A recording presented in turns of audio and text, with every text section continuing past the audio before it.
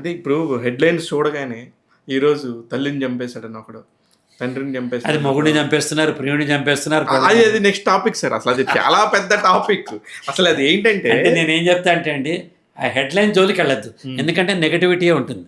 Okay. Headline అంటే మొన్న సుమతి గారు చేసింది హెడ్లైన్. అవును. ఒక ఐపీఎస్ ఆఫీసర్ అర్ధరాత్రి 12 నుంచి 4 వరకు రోడ్డు మీద నుంచుని ఎట్లా ఉంది పరిస్థితి అని కనుక్కున్నారు కదా, ఒక రాజు మారువేషంలో వెళ్ళి తిరిగినట్టు. అవును. అది హెడ్లైన్. 65 మంది దొరికారంట సార్. 65 మంది. అంటే ఒక ఆడపిల్ల రోడ్డు మీదకొస్తే అసలు ఆళ్ళ అక్కో, చెల్లెలో ఏమో ఆలోచించరా సార్? అన్యాయంగా మరి 65 మంది కౌన్సెలింగ్ ఇచ్చి పంపించింది సుమతి గారు. నిజంగా హ్యాట్స్ ఆఫ్. అలాంటి ఇన్సిడెంట్స్ హెడ్లైన్స్ ఉండాలి సార్. నిజం. నేనేం చెప్తున్నా అంటే అండి, ఈ చనిపోవటం, చంపేయటం ఇది కొంత శాతం మాత్రమే ఉంటుంది. నేను ఒక ఇన్సిడెంట్ చెప్తా.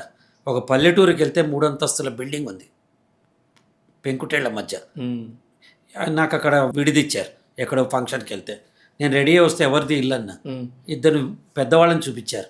కావిడి మోస్తే నీళ్లు మోసేవాళ్ళట ఒకప్పుడు. కాళ్ళు చేతులు పుళ్ళు అయిపోయి వాళ్ళు అలా కూర్చున్నారు పెద్దవాళ్ళు. వీళ్ళు ఇంత పెద్ద ఇల్లు కట్టారు, గ్రేట్ అండి.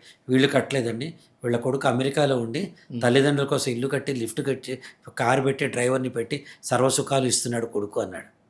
అది కదా ప్రేరణ. నిజంగా మంచి అది కదా ప్రేరణ. అమెరికాలో ఉన్నంత మాత్రాన ప్రేమ పోలేదు కదా పిల్లాడికి. అమెరికాలో ఉన్న కొడుకులందరూ ఇంతే అని అనాల్సిన అవసరం లేదు కదా.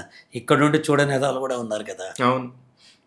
పక్క వీధిలో ఉంటారు. ఆ పక్క వీధిలో ఒకే ఇంట్లో ఉండి కూడా చూడని వాళ్ళు ఉంటారు కదా. అట్లా కాబట్టి నా రిక్వెస్ట్, తల్లిదండ్రులతో రోజుకి 10 నిమిషాలు మాట్లాడండి. చిన్నపాటి ఊరటనియండి. నేనున్నా అమ్మా, ఏం కాదు, నథింగ్, బాగానే ఉంటుంది, నేను చూస్తాగా అని చెప్పండి.